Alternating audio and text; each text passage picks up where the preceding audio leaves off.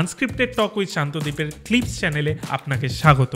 এখানে আমরা বড় বড় পডকাস্টের ছোট ছোট অ্যান্ড ইনফরমেটিভ ক্লিপস আপনাদের দিয়ে থাকি। আচ্ছা, এবার আসি তোমার সেই প্রেতাত্মার ঘটনাটায়, যেটা তুমি আমাকে বলেছো যে তুমি শোনাবে। শুরু করো। তো ঘটনাটা হচ্ছে 2008 সালের ঘটনা। তো তোমাকে আমি আমার দিদার সম্বন্ধে বলেছিলাম যে আমাদের বাড়িতে মা কালী ছিল, দিদার ওপর মা কালী ভর করতো। তো মা কালীকে দিদা স্বপ্নে পেয়েছিলেন। তো দিদার মোটামুটি তখন আমাদের ওই ব্যারাকপুরের সাইডে মোটামুটি নাম ছিল, মানে কোনো কিছু হলেই, মানে ভৌতিক ব্যাপার হোক বা ধরো কেউ কারোর ক্ষতি করেছে, তখন হচ্ছে দিদার ডাক পড়তো। দিদা হচ্ছে সবসময় মানে তোমার ভালো কাজের জন্যই যেত, মানে কেউ যদি ধরো দিদার কাছে আসতো যে তা কারো ক্ষতি করতে হবে, তাহলে দিদা তাকে ফিরিয়ে দিত। ঠিক আছে, তো এই যে তন্ত্রে যে ইন্টারেস্টটা, ওটা দিদাকে দেখেই, মানে ছোটোবেলা থেকে তন্ত্র ভৌতিক ব্যাপার।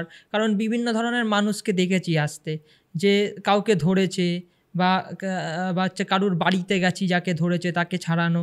এবারে আমি ছোটোবেলা থেকেই দিদার সাথে যেতাম, ওই থেকেই মানে এই মানে ভূতের ব্যাপার ভৌতিক ব্যাপারে ইন্টারেস্ট। আর যতটুকু যা জেনেছি ওই দিদার থেকেই জেনেছি। তো এটা ছিল হচ্ছে গিয়ে 2008 কি 9 সালের ঘটনা। আমার যতদূর মনে আছে তখন আমার বয়স হবে 10 কি 11 এরকম। তো ঘটনাটা হচ্ছে আমাদের ব্যারাকপুরে বিটি রোডের ওপর বিয়ন বোস মহকুমা হাসপাতাল আছে। আচ্ছা, ঠিক আছে, ওর সামনেই গান্ধী মোড়। তো গান্ধী মোড়ের ওইখানের মানে ঘটনাটা যার সাথে ঘটেছিল তার বাড়ি ওই গান্ধী মোড়ের সামনে। ঘটনাটা ঘটেছিল তোমার সদ্য বিবাহিত একজন মহিলার সাথে। তো তার বিয়ে হয়েছিল ইছাপুরে, আমাদের ওখানে ইছাপুর আছে, ইছাপুরে ওখানে বিয়ে হয়েছিল। তো অষ্টমঙ্গলাতে বাড়িতে খেতে এসছে, খাওয়া দাওয়া সব কিছু কমপ্লিট হয়েছে, মানে অষ্টমঙ্গলাতে যেমন আসে একদিন থাকে তারপর খেয়ে দেয়ে আবার একদিন পর যায়, ওরকম। যাই হোক, খেয়ে দেয়ে গরমকাল ছিল, তো খেয়ে দেয়ে রাত্রিবেলায় বেরিয়েছে ওই বাড়ি যাওয়ার জন্য। তো এবারে বাড়ি যাওয়ার জন্য বেরিয়েছে, তো কিছু দূর যাওয়ার পর এই মানে যার বিয়ে হয়েছিল, মানে সদ্য যে মহিলাটা, তার মনে হয়েছে না তার গাটা আস্তে আস্তে ভার হচ্ছে, মানে হঠাৎ করে তার মনে হয়েছে যে তার গাটা আস্তে আস্তে ভার হচ্ছে। আচ্ছা, তার আগে বলে রাখি, এই যে অনেকে কি করে রাত্রিবেলায় একদম চুল খোলা অবস্থায় বেরিয়ে পড়লো, অথবা দেখবে গায়ের মধ্যে মারাত্মকভাবে পারফিউম মেখেছে। এটা কিন্তু কোনোদিনও করা উচিত না, বিশেষ করে রাত্রিবেলার দিকে, যখন তোমার রাত গভীর হচ্ছে আরও। অ্যাকচুয়ালি বলে না যে 3টের সময় ওদের শক্তি সব থেকে বেড়ে যায়, 3টের সময় খুব সাবধানে থাকতে হয়। কথাটা কিন্তু ভুল কথা। আচ্ছা, শুধু কিন্তু 3টের সময় না, সকাল থেকে নিয়ে রাত অবধি ওরা যখন খুশি তোমাকে পজেস করতে পারে, এরকম কোনো জায়গায় লেখা নেই। 3টের সময় কি হয়, ওদের শক্তিটা সব থেকে বেশি থাকে, আর দুপুর 3টের সময় বলে ওদের শক্তিটা সব থেকে কম থাকে। কিন্তু ওরা তোমাকে পজেস যখন খুশি তখন করতে পারে, যদি তোমাকে ভালো লাগে, তোমার কিছু। এই যে যেমন আমি তোমাকে একটা কথা বলছি, দেখবে অনেক সময় দেখবে তুমি রাস্তা দিয়ে যাওয়ার সময় না অনেক সময় সুন্দর গন্ধ পাও। এবারে সুন্দর গন্ধ পেলে আগেকার দিনে যেটা হতো যে আমরা বাচ্চারা কি করতাম, আরে কি সুন্দর গন্ধ, তখন দেখবে বাবা মারা না বকা দিত যে এই সুন্দর গন্ধ পেয়েছিস বলবি না। ঠিক আছে, বলতে মানা করতো কেন? কারণ অনেক সময় অনেক প্রেতাত্মা ওই গন্ধটাকে ছাড়ে, মানে সুন্দর গন্ধ, মানে ওরা ওখানে থাকলে না, মানে এই যে অনেক জায়গাতে বলে দেখবা ওরা যে জায়গাটায় থাকছে সেখান থেকে পচা একটা দুর্গন্ধ বেরোয়। এই কথাটা কিন্তু সবসময় ঠিক না, এই কথাটা কিন্তু অনেকাংশে ভুল। হ্যাঁ, যখন সে কাউকে পজেস করছে তার গা থেকে একটা বাজে গন্ধ ছাড়তে পারে, যেমন আমি তোমাকে বলছি, এই যে কালা জাদু, ধরো তোমার উপর কালা জাদু করা হয়েছে, তোমার কিন্তু গা থেকে একটা দুর্গন্ধ ছাড়বে অটোমেটিক্যালি। গন্ধটা মানে খুব বিকট টাইপের গন্ধ, তোমার ঘাম হচ্ছে না, কিচ্ছু হচ্ছে না, কিন্তু তোমার গা থেকে একটা গন্ধ ছাড়বে। ঠিক আছে, তো এবারে যেটা বলছিলাম ওই ঘটনাতে ফিরে আসি। তার আগে বলি, এই যে গায়ে পারফিউম লাগিয়ে যাওয়া এটা, আর চুল খুলে যাওয়া, এটা কিন্তু খুব খারাপ। আর ওই গন্ধ পেলে বলা যে এই গন্ধটা ভালো, এটার থেকে কিন্তু ওরা অ্যাট্রাক্ট হয়। তো যাই হোক, এবারে হচ্ছে ওনার হঠাৎ করে মনে হয়েছে যে গাটা ভার ভার লাগছে। তো এবারে হাজব্যান্ডকে বলেছে যে দেখো আমার গাটা না কিরকম একটা ভার ভার লাগছে, আমি হাঁটছি মনে হচ্ছে আমার গাটা ভার ভার, কেউ একজন আমার গায়ের মধ্যে আছে আমার মনে হচ্ছে। এবারে দেখবে সাধারণত কি হয় বাড়িতে, মানে ছোটোবেলায় কী হতো যে শুধু ছোটোবেলায় না, এখনও দেখবে সেই গ্যাস হলে আমাদের গাটা একটু ভার ভার লাগে না, হয় এটা যে গ্যাস হলে একটু গাটা ভার ভার লাগে। তো এবারে হাজব্যান্ডটা যথারীতি বলেছে যে এত কিছু খেয়ে বেরোলে গরমকাল হয়তো গ্যাস হইতে, তার জন্য তোমার গাটা ভার ভার লাগছে। তো এবারে সেই কথা অনুযায়ী তারপরে হচ্ছে ওখান থেকে তখন হচ্ছে ওইখানে তোমার অটো বা ট্যাক্সি সেই টাইমে পাওয়া যেত না। তো ওরা যাই হোক ট্যাক্সি বা কিছু একটা ভাড়া করে বাড়ি এসছে। বাড়ি এসে 1 দিন 2 দিন সব কিছু ঠিক ছিল। ঘটনাটা শুরু হয় তোমার 3 দিনের দিন থেকে। 3 দিনের দিন থেকে হঠাৎ করে না ব্যবহারে চেঞ্জ হয়। ব্যবহারে চেঞ্জ বলতে কি, কারোর সাথে খিটখিটে ভাব দেখাচ্ছে, মানে শ্বশুর শাশুড়ির সাথে খিটখিটে ভাব দেখাচ্ছে, বরের সাথে খিটখিটে ভাব দেখাচ্ছে, কোনো কিছু কাজ করতে বললে কাজটা করতে চাইছে না, ঠিক আছে, তার শরীরটা দুর্বল লাগছে, এরকম হচ্ছে আস্তে আস্তে। এবারে এরকম করতে করতে করতে করতে কিছুদিন পর থেকে, মানে ধরো 4 দিন 5 দিন পর থেকে বাড়িতে পুজো আচ্চা হলে ভাল লাগে না। মানে সকালে ধরো পুজো হচ্ছে তো ভাল লাগছে না, চিৎকার চেঁচামেচি করছে যে পুজো বন্ধ করুন, পুজো করছেন কেন। রাত্রিবেলায় সন্ধে হচ্ছে তখনও ওরকম চিৎকার চেঁচামেচি। সবথেকে বড় কথা, নিজে পুজো করতে চাইছে না, নিজে তো পুজো করতে চাইছেই না, প্লাস যারা করছে তাদেরকে করতে দেবে না। তো এরকম করে কিছুদিন চলে। এবারে শ্বশুরবাড়ির লোক ভাবে কি, মেয়েটাকে তো ভালোভাবেই নিয়ে এলাম, তো মেয়েটা এরকম পুজো আচ্ছা পছন্দ করে না, এই কি নাস্তিক মাস্তিক মেয়েকে বিয়ে করলাম। তার উপর তো কিছুদিন আগে অবধিও মানে ভদ্র ছিল, হঠাৎ করে এমন কি হলো যে আমাদের সাথে এরকম খারাপ ব্যবহার করছে। আসলে ওই যে যেরকম হয়, মানে শ্বশুর শাশুড়িরা যা ভাবে যে হয়তো মেয়েটা ভালো না, যার জন্য এরকম হচ্ছে। তো এরমভাবে 1 মাস কেটে যায়। 1 মাস কেটে যাওয়ার পর একদিন রাত্রিবেলায় বর শুয়ে আছে, হঠাৎ করে মাঝরাতে বরের ঘুম ভাঙে।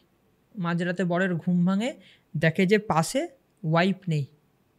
এবারে এদিক ওদিক দেখতে গিয়ে দেখে যে একদম খাটের কোণে চুপচাপ বসে আছে, একদম মাথাটা গুজে, আর মাথার মধ্যে হাঁটুর মধ্যে মাথাটা ঢুকিয়ে, আর দেয়ালের মধ্যে ক্যারক্যার ক্যারক্যার আওয়াজ হচ্ছে, দেয়ালে ক্যারক্যার ক্যারক্যার আওয়াজ হচ্ছে। এবারে বর না তখন হকচকিত হয়ে যাচ্ছে, কী হচ্ছে, দেয়ালের মধ্যে ক্যারক্যার আওয়াজ হচ্ছে কেন, আর খাটের কোণে ওইভাবে বসে আছে কেন। তো দেখছে যে দেয়ালের মধ্যে নিজের নখ দিয়ে অনবরত হাত ঘষে গেছে, অনবরত, মানে রীতিমতো, মানে লাস্ট টাইমে মানে দেয়ালের ওখান থেকে ব্লিডিং শুরু হয়েছে, মানে হাত থেকে রীতিমতো রক্ত পড়ছে, তা সত্ত্বেও দেয়ালের মধ্যে হাত ঘষে চলেছে, ডাকছে, ঠিক আছে। মেয়েটার নাম ছিল যতদূর সম্ভব হচ্ছে দুর্গা নাম ছিল। তো ডাকছে যে দুর্গা, কোনো সাড়া নেই, আবার ডাকছে দুর্গা, কোনো সাড়া নেই, আবার ডাকছে দুর্গা, আবার কোনো সাড়া নেই। এইবারে এগিয়ে গেছে, এগিয়ে গিয়ে কাঁধের মধ্যে হাত দিয়ে, দুর্গা, কোনো সাড়া নেই। তারপরে যেই জোরে ঝাঁকুনি দিয়েছে, তখন মেয়েটা এরম আস্তে করে মুখটা ওর হাজব্যান্ডের দিকে ঘুরিয়ে অন্য গলায়, মানে তৃতীয় লিঙ্গের ব্যক্তিদের যেরকম গলা হয় ঠিক সেই গলায়, আমাকে আমার কাজ করতে দে, এরমভাবে বলেছে। এবারে ভয় পেয়ে গেছে, কি গলা চেঞ্জ হয়ে গেল, আর মুখের আকৃতি তো বিকট হয়ে গেছে, আর ওরকম করে যাচ্ছে। এবারে তাড়াতাড়ি করে বাইরে বেরিয়ে বাবা মাকে ডেকে এনেছে। মানে ঘরটা কেরম ছিল, সামনে উঠোনের মধ্যে দরজা দিয়ে দিত, আর হচ্ছে বাইরে থেকে বেরিয়ে এই মানে দরজার ভাগাভাগি, মানে এই ঘর থেকে বেরিয়ে উঠোনে গিয়ে আবার বাবা মাকে ডাকতে হতো, কিন্তু ছাদের বাড়ি। এবারে বাবা মাকে ডেকেছে, বাবা মা এসে ঘরের লাইট টাইট জ্বালিয়ে এবারে সবাই ডাকছে, ওরকম করতে করতে মানে হাত ঘষতে হঠাৎ করে অজ্ঞান হয়ে পড়ে গেল। এটা হচ্ছে গিয়ে প্রথম দিন। এবারে সাথে সাথে হসপিটালে নিয়ে যাওয়া হয়েছে। হসপিটালে নিয়ে যাওয়ার পর হাতের মধ্যে ব্যান্ডেজ করেছে। বলছে যে কী ব্যাপার, এরমভাবে দেয়ালে কে হাত ঘষে? হ্যাঁ, বলছে আমরা তো নিজেরাই অবাক যে দেয়ালে হাত ঘষছিল, ডাকলাম কোনো সাড়া দিচ্ছিল না, আর হচ্ছে যখন একবার সাড়া দিল কেমন একটা যেন অন্য গলা করে সাড়া দিল। এইবারে কথা হচ্ছে ওরা প্রথমে বুঝতে পারেনি, ওরা ভেবেছে মনে হয় হয়তো নার্ভের কোনো প্রবলেম অথবা হচ্ছে কোনো একটা রোগ আছে যার জন্য এরকম হচ্ছে, বা রাতে কোনো একটা স্বপ্ন দেখছিল যার জন্য। যাই হোক, তো ওই ডাক্তার পরামর্শ দেয় যে আপনার ওয়াইফের মনে হচ্ছে নার্ভের কোনো একটা প্রবলেম হয়েছে, আপনি তাড়াতাড়ি একটা ভালো নার্ভের ডাক্তার দেখান। তো যাই হোক, ভালো একটা নার্ভের ডাক্তারের কাছে নিয়ে গেছে, ট্রিটমেন্ট চলছে, কিছু ঠিক হয় না। চুপচাপ ঘরেতে বসে থাকতো, সারাদিন শুয়ে থাকতো, কোনো কাজবাজ করতে বললে করতো না, এবারে কাজবাজ করতে বললেও চিৎকার করতো। এরকম করতে করতে মানে এরকম ট্রিটমেন্ট চলতে চলতে আরও 1 মাস কেটে যায়। আরও 1 মাস পর একদিন হঠাৎ আবার ওই মাঝরাতে, টাইমটা আমার ঠিক মনে নেই, কারণ টাইম ফিক্স বলছি না, কারণ সব জায়গাতেই তো বলে 2টো কি 3টে, তার বাইরে তো আর যায় না, কিন্তু ওরকম পার্টিকুলার কোনো টাইম হয় না, যখন খুশি তখন হতেই পারে। তো যাই হোক, স্বামীর ঘুম ভেঙেছে, মানে যেরকম হয় যে মাঝরাতে ঘুম ভাঙে না, বাথরুম যেতে হলে, দেখছে ওয়াইফ পাশে নেই। এবারে আগের দিন যেখানে বসেছিল, বসে নখ ঘষছিল, সেখানে তাকিয়েছে, নেই। সারা ঘরে দেখছে, নেই, কোনো জায়গায় নেই। এবারে সারা বাড়িতে খোঁজ চলছে, কই কই কই কই, বাবা মাকে ডেকেছে, কই নেই, কই গেল। এইবারে হঠাৎ করে দেখছে যে ছাদের সিঁড়ির দরজাটা খোলা, ঠিক আছে, ওর যে ঘরটা, ওর ঘরের ভেতর দিয়ে ছিল ছাদের সিঁড়িটা। তো যাই হোক, ছাদের সিঁড়ির দরজাটা খোলা, ছাদের ওপরে গেছে। ছাদের ওপরে গিয়ে দেখছে ছাদের যে পাঁচিলটা, ওই পাঁচিলের উপর এক জায়গাতে চুপচাপ দাঁড়িয়ে আছে, কিচ্ছু করছে না, চুপচাপ দাঁড়িয়ে আছে। সাইডে মানে সাইড ওয়াইজ এরকমভাবে দাঁড়িয়ে আছে, তোমার ওই মুখ ঘুরিয়ে অন্যদিকে। এবারে গিয়ে ডাকছে দুর্গা, শাশুড়ি ডাকছে, শ্বশুর ডাকছে, কোনো কিছু সাড়া দিচ্ছে না। এবার কোনো কিছু সাড়া দিচ্ছে না, ঠিক তার কিছুক্ষণ পরে স্বামী যখন এগিয়ে গেল, মানে ওই ডাকার জন্য, মানে সামনে গিয়ে ডাকবে বলে, ঠিক সেই টাইমে স্পটে রানিং শুরু, মানে ওই সরু পাঁচিল দিয়ে রীতিমতো তোমার ধরে নাও 10-12 কিলোমিটার বেগে হবে, মানে রানিংয়ে দৌড়াচ্ছে, যেরকম মাঠে দৌড়ায়, মানে যেরকম স্পিড রানিং হয় সেই স্পিডে দৌড়াচ্ছে। এরকমভাবে টানা, এরকমভাবে নেই করে 5 মিনিট ধরে চলেছে। 5 মিনিট ধরে চলেছে, চলার পর ঠিক যে সেম জায়গাটাতে দাঁড়িয়েছিল, ওই জায়গাটায় এসে দাঁড়ালো, দাঁড়িয়ে ছাদ থেকে পড়ে গেল। এবার ছাদ থেকে যখন পড়ে গেল, তখনই শুরু হচ্ছে মানে ইন্টারেস্টিং ঘটনা।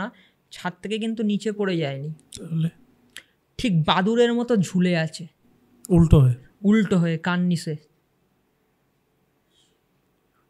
হয়ে কান্নিসে বাদুড়ের মতো ঝুলে আছে, হাতটা নিচের দিকে করে।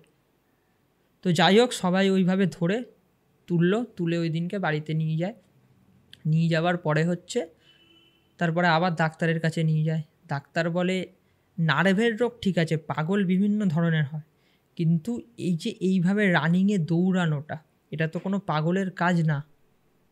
আর সবথেকে বড় কথা, ওই ছাদের কার্নিসে ওইভাবে ঝুলে যাওয়া, কোনো সাপোর্ট ছাড়া, এটা কিভাবে সম্ভব? তো আপনারাও অন্য জায়গায় যান।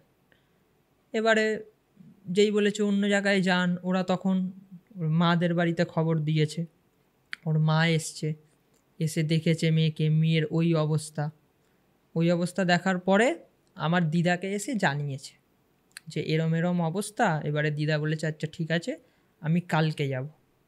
এবারে দিদা যেদিন যাবে, মানে যেদিন রানিং নিয়েছে, ঠিক তার পরের দিনই রাত্রিবেলায়, মানে দিদাকে জানানো হয়েছে পরের দিন রাত্রিবেলায়, দিদা যাবে তার পরের দিন, ঠিক তার পরের দিন রাত্রিবেলায় আবার দেখছে নেই, কি নেই মানে ওনার ওয়াইফ নেই। মাঝরাতে ঘুম ভেঙেছে, ওয়াইফ নেই, খুঁজছে, ছাদে গেছে, ছাদে নেই, কোনো জায়গাতেই, মানে ওই এরিয়ার মধ্যে নেই।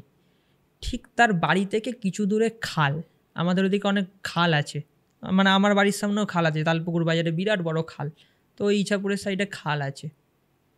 ওই খালের মধ্যে বসে আছে কি, পাটা ঝুলিয়ে, হাফ পাটা খালের মধ্যে ঢোকানো, মানে হাঁটু অবধি খালের মধ্যে ডুবে আছে, আর পা ঝুলিয়ে বসে আছে, আর খালের মধ্যে হাত ডোবাচ্ছে, কাঁচা মাছ তুলছে খাচ্ছে, চিবিয়ে। আর ওই মাছের কাঁটাতে, মানে কাঁচা মাছের কাঁটা খেলে তোমার কী হবে, তোমার মুখ টুক তো কেটেই যাবে, ঠিক আছে, আর ওইখান থেকে পুরো রক্ত গড়িয়ে পড়ছে টপ টপ করে। ওই অবস্থায়। এবারে সবথেকে বড় কথা হচ্ছে এই যে একটা জিনিস যেটা টিভিতে দেখায়, আমি তোমাকে বলছি, দেখবা যদি কেউ পজেস হয় না, তার মুখটা আস্তে আস্তে না বিকৃত হয়ে যায়, ওটা অটোমেটিক্যালি। দেখবা নিজে নিজেকে না ও আঘাত করতে থাকে বিভিন্নভাবে। মুখের অবস্থা তো আস্তে আস্তে বিকৃত হয়ে গেছিলো, কারণ ওরা যদি ধরে, এই যে আমি তোমাকে একটা কথা বলছি, সাপোজ ধরো ওরা তোমাকে পজেস করেছে, ওরা কিন্তু তোমার খুব একটা বেশি ক্ষতি করতে চাইবে না।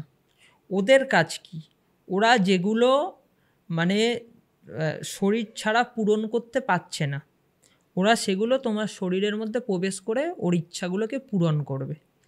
এবারে ও যদি নাও চায়, তাও কিন্তু তোমার দেহের একটা ক্ষতি হবে। ও না চাইলেই কিন্তু তোমার দেহের একটা ক্ষতি হয়। যেমন দেখবা যারা পজেস হয়েছে না, তাদের পরবর্তীকালে একটা না একটা ক্ষতি হয়েছে। কারুর ধরো নার্ভের রোগ হয়ে গেছে, কারুর কোনো একটাভাবে ক্ষতি হয়েছে। যেমন ধরো যে ছাদ থেকে যেটা বললাম, ওটা তো ওর ক্ষমতায় ঝুলেছিল, ও যদি ছাদ থেকে পড়ে যেত তাহলে কি হতো? কোনো একটা দেহের ক্ষতি হতো। মানে ক্ষতি করতে চায় না, কিন্তু তাও দেহের একটা ক্ষতি হয়ে যায়। তুমি যদি বড় বড় তান্ত্রিকের সাথে দেখা সাক্ষাৎ করো, তারাও দেখবে তোমাকে সেম কথা বলবে, যে যদি কাউকে মানে পজেস করে না, তার দেহে পরবর্তীকালে একটা ক্ষতি হয়ে যায়। ঠিক আছে, তো যাই হোক, তো মুখের অবস্থা বিকৃত, ওইভাবে কাঁচা মাছ খাচ্ছে, মুখ থেকে রক্ত পড়ছে। তো সবাই দূর থেকে দেখে না কেউ আর ভয়ে যেতে চাইছে না, কারণ স্বাভাবিক। তুমি যদি দেখো তোমার বাড়ির কেউ খালের মধ্যে হাত পা ডুবিয়ে দিয়েছে, আর ওখান থেকে মাছ মানে হাত ফেলছে, মাছ উঠছে, খালেতে তো মাছ থাকেই, শোল মাছ টোল মাছ যা কিছু মাছ হোক, ছোটোখাটো মাছ খালেতে থাকেই, হাত তুলছে, মাছ উঠছে, সেটা চিবিয়ে খাচ্ছে, আর বিভৎসভাবে তোমার মুখ থেকে রক্তপাত উঠছে, কেউ সামনে যাওয়ার সাহস পাচ্ছে না। ঠিক কিছুক্ষণ পর একটা টাইম থাকতো, মানে ভোরের আলো যেই ফুটবে তার আগে অজ্ঞান হয়ে যেত। ঠিক ভোরের আলো ফোটার আগে অজ্ঞান হয়ে গেল, তখন তাকে তুলে নিয়ে যাওয়া হয়েছে। এইবারে পরের দিন, মানে যেদিন দিদা যাবে, দিদা গেছে। এবারে সাধারণত তোমাকে কি বললাম, আমি দিদার সাথে সব সময় সব জায়গাতেই যেতাম, মানে দিদা আমাকে নিয়ে যেত। ঠিক আছে, এরকম মানে অনেক, কিন্তু এইটা হচ্ছে একটা বড় ঘটনা। ভৌতিকের অনেক ছোট ছোট ঘটনা আছে, ঠিক আছে, সেগুলো না হয় পরে একদিন আলোচনা করব। তো যাই হোক, তো দিদার সাথে আমি গেছি। তখন যেহেতু ছোট ছিলাম, দেখলে তো একটু ভয় লাগবেই মানুষকে। তুমি বিশ্বাস করবে না, তুমি যদি মুখটা দেখো না, তুমি হয়তো এক্সরসিজম সিনেমাটা দেখেছো, পুরো ঠিক ওরকম, মানে যেরকম হয় 1920 লন্ডন ঠান্ডানে, মানে ও যে কাঁচা মাছ খেয়েছে না, এই ঠোঁটের এখান দিয়ে কিছু নেই, ঠিক আছে, এই হাতের নোক নেই, এই হাতের এই জায়গাটা থেবড়ে গেছে, একটাও নোক নেই, ওই দেয়ালে ঘষে একটাও নোক নেই। তো দিদা গেছে, দিদাকে দেখেই না রিয়াক্ট করা শুরু করেছে, কারণ ওরা দেখবে বুঝতে পারে যে এসছে, আমাকে এই দেহ থেকে বার করে দেবে, তার জন্যই ও এসছে। মানে আমার যে নিডগুলো ছিল ওর দেহের মধ্যে দিয়ে, সেই নিডগুলো আমি আর পূরণ করতে পারবো না। তো যাই হোক, এবারে দিদা নিয়ে গেছিলো বলতে মায়ের ঘটের জল, ওই মায়ের ঘটের মাটি, আর একটা পাতা। ওই পাতাটা স্বপ্নেতে বলে দিয়েছিল যে তুই যা কাজ করবি এই পাতা দিয়ে কাজ করবি। আমি ওই পাতাটার নাম বলছি না, মানে দিদা হচ্ছে এই ঝাঁটামাটার ব্যবহার করতো না, ওইগুলো যারা তান্ত্রিক গোছের হয় তারা ব্যবহার করে। ঠিক আছে, যা করতো ওই পাতার ইসেতে, যেমন আমরা যখন ছোটোবেলায় ভয় পেতাম, দিদা কী করতো, ওই পাতা ছিঁড়ে বালিশের নিচে একটা পাতা দিয়ে দিত, আমাদের ভয় কেটে যেত। বা কোনো জায়গায় যেতাম, ওই একটা পাতা ছিঁড়ে দিয়ে দিত, আমাদের কোনো অসুবিধা হতো না। যাই হোক, ওই পাতার একটা ডাল আর ওই ইসের জল, ঘটের জল আর মাটি নিয়ে গেছে। দিদামা সবাইকে বললো যে তোমরা ওকে খালি বেঁধে দাও, বেঁধে দিয়ে বাইরে চলে যাও, কারণ ওখানে যা ঘটবে না সেটা হয়তো দেখা যাবে না, কারণ ওখানে অনেক কিছুই ঘটতে পারে। এই যে সিনেমাতে যা দেখায় তার মধ্যে থেকে 50% ওখানে ঘটবে, যা দেখায় সিনেমাতে তার মধ্যে থেকে 50% ওখানে ঘটবে। যাই হোক, দরজায় তালা দিয়েছে, বেঁধেছে, কোনো মতে বেঁধে দিয়ে সবাই বেরিয়ে গেছে। এইবারে দিদামার সাথে ওর কথোপকথন চালু হয়েছে। তো দিদা ফার্স্টে জিজ্ঞেস হচ্ছে যে কেন এসছিস? তো তখন দিদাকে বলছে ও ওই দিনকে রাত্রিবেলায় চুল খুলে, মেয়েটার কোমর অবধি চুল ছিল দুর্গার, বলছে ওই দিনকে রাত্রিবেলায় কোমর অবধি চুল খুলে গায়ের মধ্যে সুন্দর গন্ধ মেখে ওখান থেকে যাচ্ছিল, আমার ওই গন্ধটা ভালো লেগেছে তাই আমি ওকে ধরেছি। এই গেল 1 নম্বর। বলছে আচ্ছা তাহলে তুই এবার ওর থেকে কী চাস? বলছে আমি কিছু চাই না, আমি ওর দেহতে থাকবো। দিদা বলছে তুই যাবি? বলছে না। তখন দিদা কী করেছে, মাটি আছে, মাটি কপালে মাখিয়ে দিয়েছে। মাটি কপালে মাখার পর ওর দেহেতে না একটা জ্বালা শুরু হয়েছে, মানে অটোমেটিক্যালি জ্বালা হয়। এই যে ধরো তোমার দেহেতে কিন্তু আত্মাটা রয়েছে, তো তোমার আত্মাও যা কষ্ট পাবে, মানে ওই তোমার দেহে যার আত্মাটা রয়েছে সেই আত্মা যা কষ্ট পাবে তুমিও সেম কষ্ট পাবে। মানে তোমার দেহে আত্মা রয়েছে মানে এই না আমি যা ঝাড়ফুঁক করবো ওই আত্মাটা কষ্ট পাচ্ছে, ওর সাথে কিন্তু তোমার আত্মাও কষ্ট পাবে, ওর সাথে সেমভাবে তোমার আত্মা কষ্ট পায়। ঠিক আছে? তখনও বলছে না যাব না, যে তুই আমাকে কিছুতেই তাড়াতে পারবি না। মাটি দেওয়ার পর তারপরে ওই ঘটে জল দিয়েছে পাতাতে করে, তখন মানে আরও জোরে চিৎকার। ওই জলটা কী হচ্ছে বলো তো, মানে ওই জলটা দিলে মনে হবে না গায়ের মধ্যে যেন অ্যাসিড পড়ছে, ওই জলটা দিলে মনে হবে গায়ের মধ্যে যেন অ্যাসিড পড়ছে। আমি যখন ওনাকে ছেড়ে দিয়ে বেরিয়ে গেছিলো, আমি তো তোমার ওই মহিলাটার বডি দেখিয়েছিল, তোমার যেখানে যেখানে ওই জলটা ফেলেছে সেখানে সেখানে এরকম পোড়া দাগ হয়ে গেছে, ওই জলেতে জ্বলে যাচ্ছে। যেখানে যেখানে ওই জলটা ফেলেছিল মানে গোল গোল করে, সেটা মুখে ফেলুক হাতে ফেলুক, সেখানে সেখানে না পোড়া দাগ হয়ে গেছিল। তো যাই হোক, তখনও বলছে যাব না। গেছে কখন, মানে যাওয়ার কথা কখন বলেছে, যখন ওই পাতা দিয়ে মেরেছে, যে যাবি কিনা বল, তুই যাবি কিনা বল, নয়তো আমার কাছে কিন্তু আরও উপায় আছে।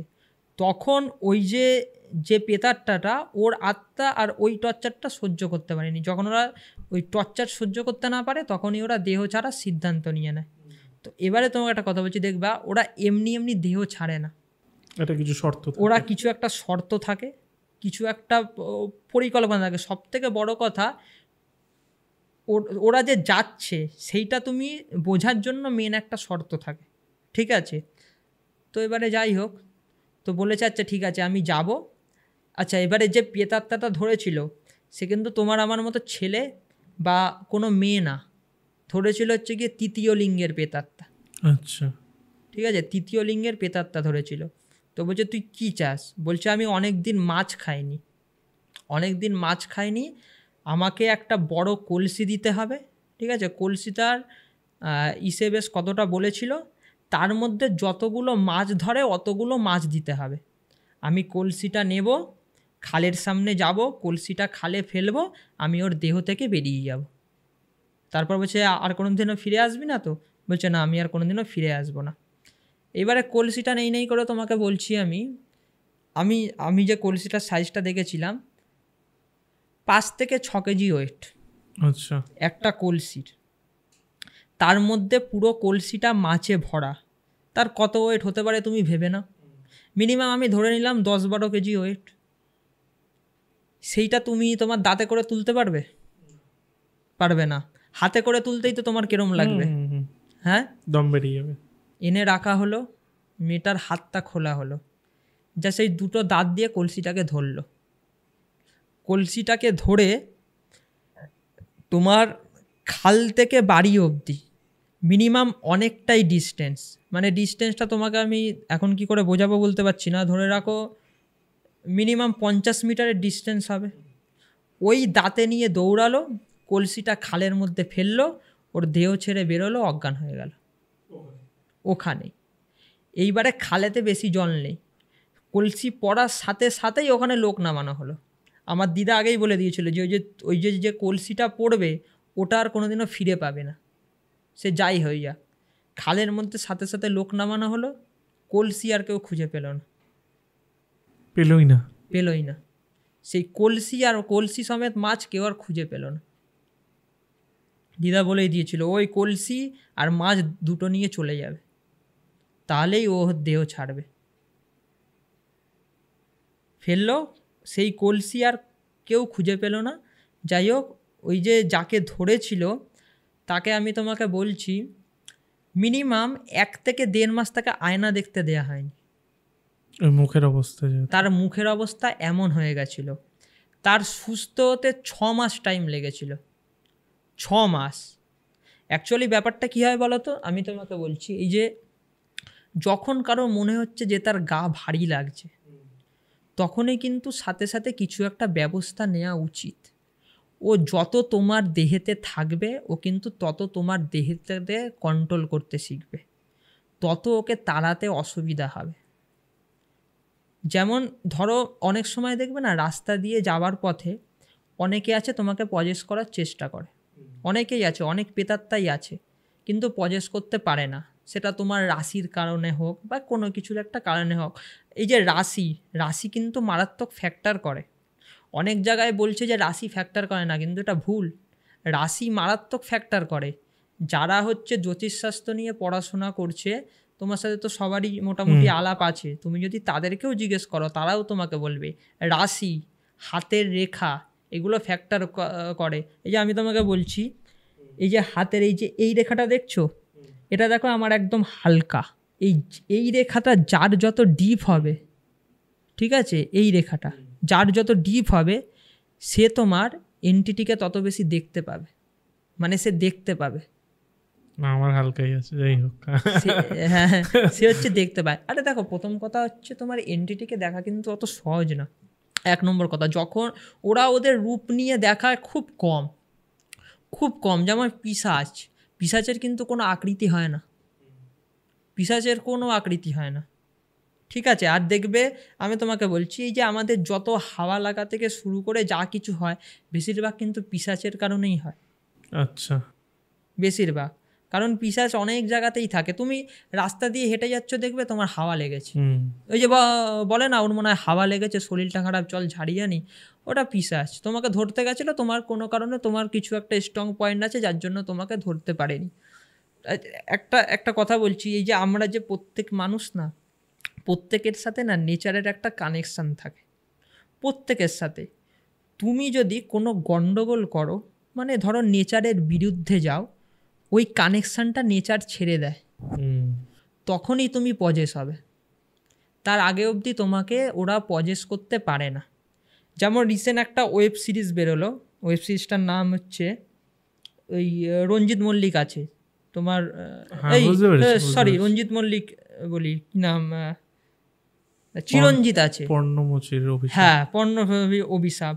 ওইখানে দেখবে ওই মেয়েটা যে পাথরটা পুঁছতে গেল, ওই যে পাথরটা পুঁছতে গেল, ওইটাতে কি হলো, ওর যে প্রাকৃতিকের মানে প্রকৃতির সাথে ওর যে স্পিরিচুয়াল কানেকশানটা ছিল, ওইটা ভেঙে গেল। তারপরেই কিন্তু ওকে পজেস করতে পারলো, তার আগে অবধি কিন্তু ওকে পজেস করতে পেরেছিল না। সবারই থাকে, তোমারও আছে, আমারও আছে, যারা আছে সবারই থাকে। তুমি ওর বাইরে যখন যাবে, তখনই তোমাকে পজেস করবে। এই যে চুল খুলে যাওয়া, গায়েতে পারফিউম দেয়া, এইটা কিন্তু তুমি প্রকৃতির বাইরে চলে গেলে।